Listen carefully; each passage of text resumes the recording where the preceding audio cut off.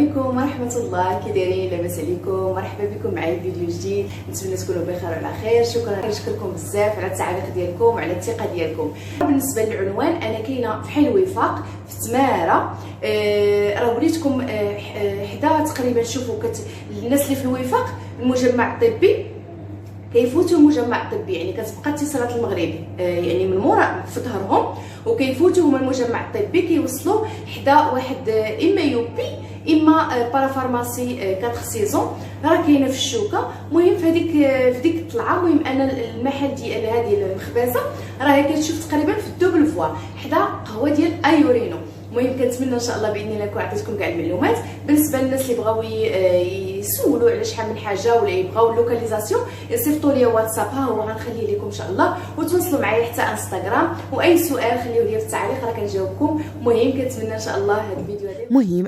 وبالنسبه لبزاف ديال المتتبعات كيسولوني دائما شنو كنديروا هانتوما مملحات دي سيجار بسيطلات، سيجاره الخضره، سيجاره الكفته، سيجاره الحوت، حريشات ديال الزيتون والزعتر والشعير، حريشات عاديين، كنديروا رغيفات، كنديروا مليويات، المهم كنديروا كريسات هكا، كنديروا حلويات، جميع انواع الحلويات، اللوز، ريشبوند، صابلي، يعني السلو كنخدموه دابا بالكوموند، يعني كنديروا تبارك الله يعني كاع جميع انواع الحلويات ديال اللوز. بطبيعه الحال كلشي مخدوم يعني بمواد اللي زوينه بزاف. داكشي كنديروه في ميزون.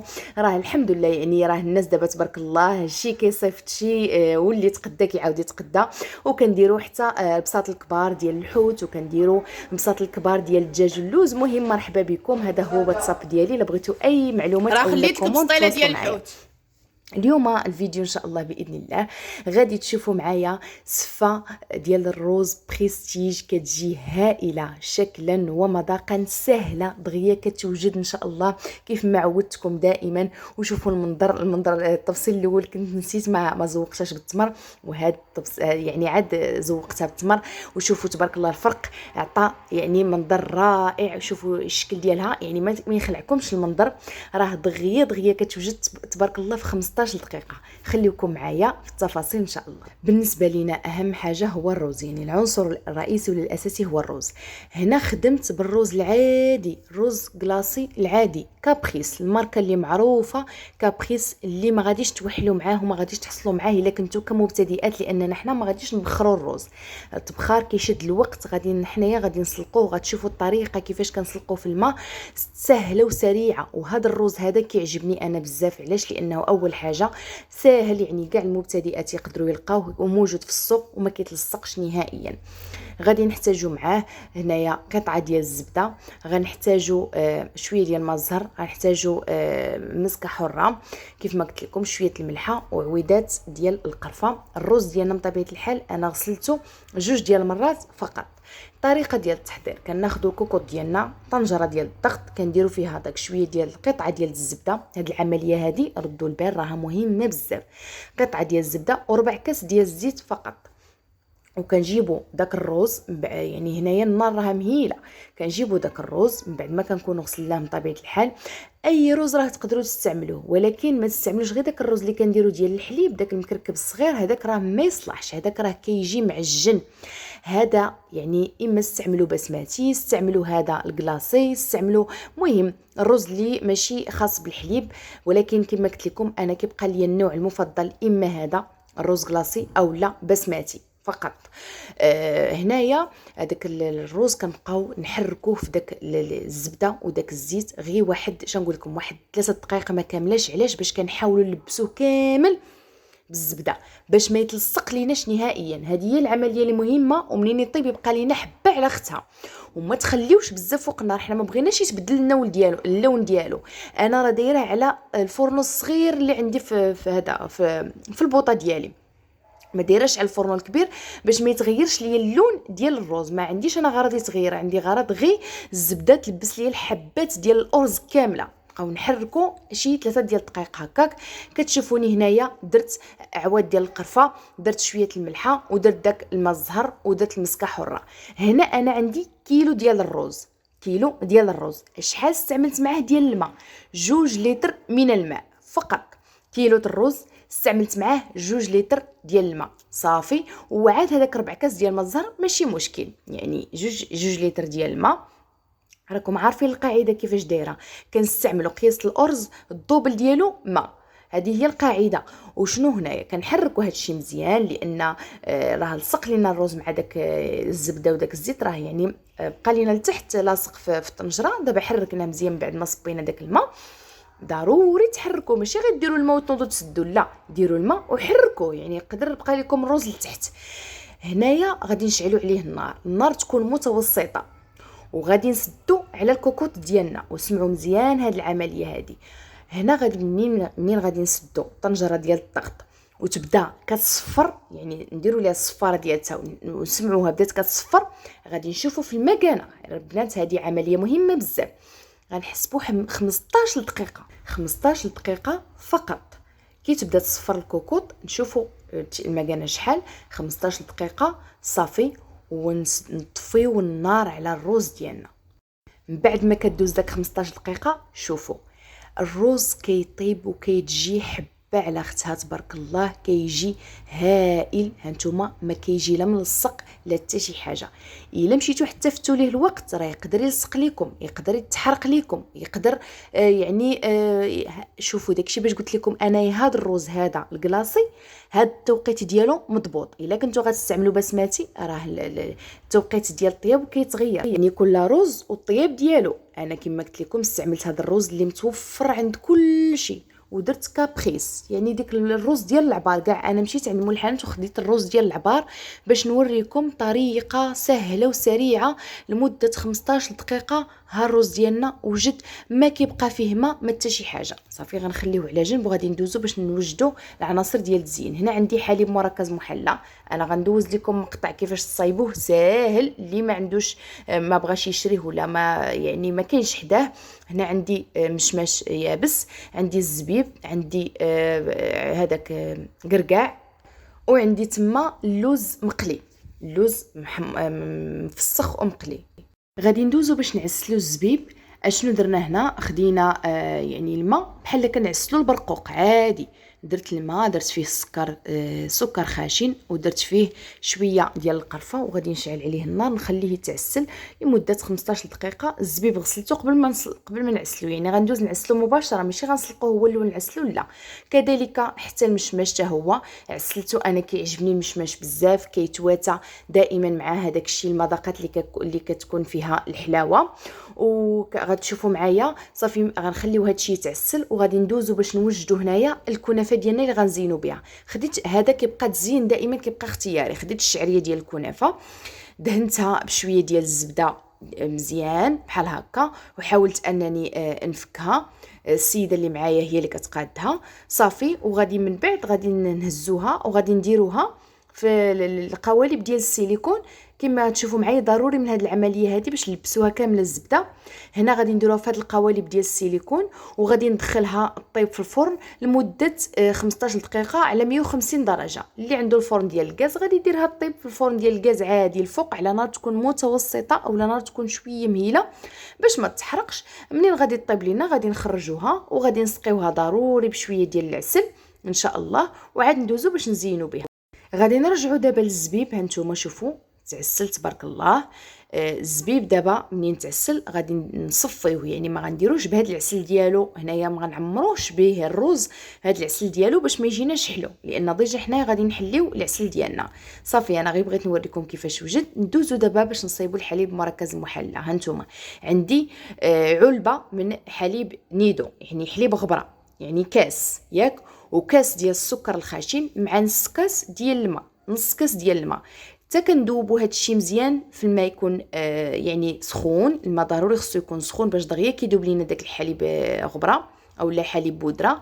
كندوزو نديروه على نار تكون مهيله، وكنبقاو نحركوه حتى الخليط ديالنا كيبدا يتقال شويه. هذه هي شوفوا طريقه سهله وصراحه كتقام اقتصاديه. دابا ديك العلبه ديال النيدو راه دايره تقريبا 7 ديال الدراهم، بينما الحليب مركز محلى راه داير مره كيكون 22، مره كيكون 25، مره 28، على حساب كل مره كل واحد وبشحال كيبيعوا. صافي كما قلت لكم كتبقى. ولكن انا كيعجبني الروز ندير فيه الحليب المركز محلى اولا حتى هذا، يعني نصايبو اما نصايبو الراسي اولا نديرو نشريه جاهز، كيجي ألذ صراحه. واللي ما عندوش كاع يقدر يستعمل غير الفانيلا فقط. بلا ما يدير هاد نيدو ولا يدير نيسلي، ولكن راه صراحه كما قلت لكم كيجي رائع وكيجي لذيذ في المذاق، يعني ما تردوش انكم تصايبوه. هانتوما من بعد ما بقينا كنحركوه مزيان، شوفوا القوام ديالو تبارك الله، ها هو بدا كيتقال، ها هو ولا عندنا نيستلي بحال حنا شاريينو، كيتقام اقتصادي وسهل، راه تقريبا في 5 ديال الدقائق كيوجد، غير ما تجهدوش عليه النار نهائيا. صافي انا يعني انا فضلت انني ندوز لكم هذا المقطع هذا باش ما نخليكمش في الفيديو ناقصكم حتى شي حاجه. اللوز ديالنا اللي قلينا غادي نطحنوه غير في الهاشوار، يعني كما تنقول لكم غنطحنوه غير شويه، ما غاديش نطحنوه بزاف، حنا ما بغيناش يكون مسحوق عندنا بزاف، بغيناه يبقى لينا بحال هكاك حبيبات فيه، يبقى الحبيبات ديال اللوز تبقى باينه على هذا الشكل هذا. انتم يعني غير ضريبه ولا جوج صافي، الله يجعل شي بركه. وكنجيبوا هنايا داك الكركاع، يعني قطعناه وقطعنا داك المشماش، وكنضيفوا هنايا اللوز، وغادي نضيفوا كما قلت لكم هذاك الزبيب من بعد ما صفيناه، ما نخليوش فيه العسل ديالو نهائيا باش ما يجيناش الخليط ديالنا حلو بزاف. غادي نحركوا هاد المكسرات كامله اللي عندنا. راه تقدروا هاد السفه هادي ديروها، راه فايته دايره خادمه معكم السفه ديال الشعريه بريستيج او السفه مدفونه، تقدروا نفس الطريقه تستعملوها لهاد سفه الرز، ولكن انا صراحه كنفضل هاد سفه الرز تكون غير بالمكسرات فقط، ما يكون فيها لا دجاج لا بصله معسله لا حتى شي حاجه، راه كتجي هائله وكتقدم مع الحليب بطبيعه الحال، راكم عارفين. هنايا انا خديت غير شويه ديال الكراميل حيت كان عندي، وخديت هنايا شويه ديال الزبده صافي. هذا كيبقى اختيار، الا بغيتو ديروا شويه ديال الزبده وشويه ديال غير الزبده بقات عندي تما كنت ذوبتها، انا غنتكلم لكم عليها وبقات عندي تما صافي. حتى داك الكراميل كيعطي مذاق زوين، اللي ما كانش عنده ماشي مشكل، يعني غير يحركوا داكشي مزيان وصافي. هنايا كتشوفوا هذاك الروز كيفاش تبارك الله. شوفوا انا راه الفيديو طيبت الروز مع وحده ديال النهار الرز طاب، ولكن دريساج راه ما وصلت النوبه حتى ل 8 ديال الليل. باش نقول لكم بديت الفيديو في الدار وكملته في الخدمه، كيف ما شفتوا بعينيكم، يعني كنتقاتل باش نصور لكم فيديوهات، ماشي مشكل، يعني كلشي كنديروا الحمد لله، وانا فرحانه باش نقدم لكم دائما شي حاجه جديده وشي حاجه في المستوى. شوفوا الرز تبارك الله كيفاش عندنا محلول، وغتشوفوا معايا هنا الفكره ديالي انا كيفاش كنخدم هذا الرز. انا ما بغيتش ندير فيه الزبده العاديه كيف ما تعودنا عليها دائما، خديت الزبده نوازيط، يعني خديت الزبده يعني ديال العبار، زبده سبيسيال، وذوبتها اولا سخنتها على نار تكون مهيله حتى ما كتبقاش فيها داك الكشكوشه. عاد كنعرفوا راه الزبده ديالتنا وجدات بوغ نوازيط، كتعطي واحد المذاق لهذا الرز ما نقولش لكم، جربوه وغتشوفوا، يعني اللي كياكلو كيعرف فيه واحد المذاق ديال الزبده. ولكن كتعرفوا لي فينونسي نفس لوغو ديال فينونسي تقريبا تبارك الله، هاد لوغو ديال بوغ نوازيط كيعطيها اضافه زوينه بزاف. استعملوا تقريبا نص كاس الا كنتو دايرين كيلو ديال الرز، لانها ما كتبقاش باينه بزاف، يعني ضروري خاصنا حنا داك لوغو يجي باين صافي. كنتمنى هاد الفكره تكون عجبتكم. كناخذوا داك الحليب المركز المحلى، وكان يعني ما غنديروش السكر نهائيا، صافي كنكتفيو غير بداك الزبده نوازيط وبالحليب المركز، وغادي نجمعوا هاد الرز ديالنا باش نبداو ان شاء الله الدريساج. من بعد ما هنايا رانا يعني الرز كامل صبيتو، راه شفتوه ما لاصق في الكوكوط لا حتى شي حاجه. هنايا حيدت النص والنص خليته درتو هنايا في الاسفل. خديت الطبسيل اللي غادي ندريسي فيه مباشره هو اللي قديت فيه الرز وصافي. وكناخذ داك المكسرات او الفواكه الجافه اللي عندي اللي قديت والمشمش معسل الزبيب درتو هكا في الوسط، وغادي نعاود نغطيه الرز عفوا نعاود نغطي هاد المكسرات بطبقه اخرى من الارز فقط. يعني غير بالمكسرات كيجي هائل وكيجي خفيف، تقدروا تستعملوا كما قلت لكم كاونطري، يعني يتحط هو الاول قبل ما انكم تحطوا مثلا بسطيله ولا الشوا. يعني انا كنقترح انه يتقدم مع بسطيله ديال الدجاج، مثلا تبعوا بسطيله ديال الدجاج واللوز وتبعوا مثلا الشوا. كيبقى هذا كاقتراح، ولكم واسع النظر، دائما الاذواق تختلف. صافي هنا من بعد ما غطينا داك المكسرات ديالنا كاملين باش هكا حتى من الناس كيكونوا كياكلوا كيلقاو راه عامر لداخل بالمكسرات. هي الكنافه شفتوا من بعد ما طابت هنايا سقيناها بالعسل ضروري باش تشد لينا راسها. صافي كناخذوا القرفه، انا درتها على هذا الشكل هذا، درت هكا مثلثات كبار وسط منهم مثلثات صغار. هنايا غادي نجيب اللوز. هاد اللوز هذا سحقته يعني في الهاشوار، ولكن طحنته شويه، ما خليتوش شويه كبير، لا خصو يكون مطحون مقاد. وكنعمروا داك المثلثات الصغار كنعمرهم باللوز. كيبقى هذا اقتراح تزيين مهم كما قلت لكم، تزيين مبتكر. كنتمنى ان شاء الله الفكره تنال الاعجاب ديالكم. وكتشوفوا هذاك الكنافه كنديروا فيها البيض ديال السمان على شكل عشيشات على هذا الشكل هذا. كتكون السفه ديالتنا تكملات. شوفوا كتبقى اقتصاديه بزاف، ولكن المنظر هماوي يا سلام. هذاك البيض ديال السمان درت فيهم وريقات ديال الذهب، وحطيت واحد الطويجين فيه شويه ديال السكر كلاصي، وزوقتها بالورد بحال هكاك، وزوقتها بالتمر ديال المجهول يعني التمر الكبير. وشوفوا تبارك الله الروز كيفاش جا حبه على اختها. 15 دقيقه احسن واسهل طريقه وابسط. دائما انا كنبغي نعطيكم الامور تكون مبسطه باش كل شيء يديروا، ما كنبغيش نعقد لكم الامور. نتمنى هذا الفيديو هذا يعجبكم. شوفوا الروز تبارك الله كيشهي رائع. المهم انا كتبقى عندي سفه من يعني اي نوع السفه، سفه الروز او ديال الشعريه، من الاكله المفضله عندي. كتعجبني صراحه، كيجي المذاق ديالها زوين. بطبيعه الحال نتوما كتعرفوا السفه كتقدم مع الحليب بارد، ضروري كنحطوا معها الحليب بارد كيف ما درت انايا في التقديم على هذا الشكل هذا. هانتوما شفتوا كنحطوا معها الكويسات هكاك ديال الحليب. نتمنى لا فيديو يكون نال الاعجاب ديالكم. ما تبخلوش عليا بلايك باش تشجعوني دائما نبقى نعطيكم الجديد ان شاء الله، وتساعدوا ان لي فيديو ديالي يوصلوا عند اكبر عدد من الناس. نتلاقاو فيديو جديد، والسلام عليكم ورحمه الله. ودابا نخليكم مع واحد المقطع صغير، العنوان ديال المخبزه ديالي. اللي بغى يجي يتقدم من عندي ويعرف العنوان مرحبا بكم كاملين. هانتوما البنات، هذه هي الطلعه ديال العماله، شفتوها؟ القنطره اللي جاي من العماله، ها القنطره ها هي. انا دابا غنمشي، انا دابا راه جيت من جهه العماله وداخله الدخله ديال الوفاق من جهه القنطره ياك. هنا قربت للسطوب، ها هو دابا السطوب، ها هو غندير السينيال، غادي ندور على اليمين. انا دابا غادي ندور على اليمين، غادي نلقى لاجونس ديال اتصالات المغرب. ها لاجونس ديال اتصالات المغرب، ها هي شفتوها، هذه لاجونس اتصالات المغرب ديال الوفاق. انا دابا جيت من جهه العماله من القنطره، دخلت درت السينيال على يدي اليمين درت. انا دابا ها اتصالات المغرب غنبقى غدا نيشان، انا غنوريكم، غنبقى معاكم غدا نيشان ان شاء الله. دابا الا تبعتوا هذا النعت هذا ان شاء الله راه ما تلفوش. ها نتوما، ها انا فت المجمع الطبي، ها هو المجمع الطبي ديال الوفاق، هو هذا انا فتو. انا غنبقى غدا نيشان، مازال غنزيد. ها نتوما هنا غندير السينيال، غنطلع على يدي اليمين.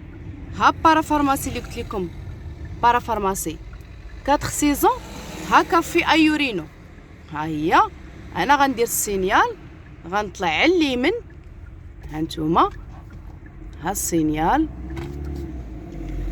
ها هو، ها المخبزه ديالي، ها هي ابداعات الشيف سعاد، ها هي شفتوا. هذا دابا النعت كنظن راه غادي يكون باين، ها هي هذه هي المخبزه ديالي صافي.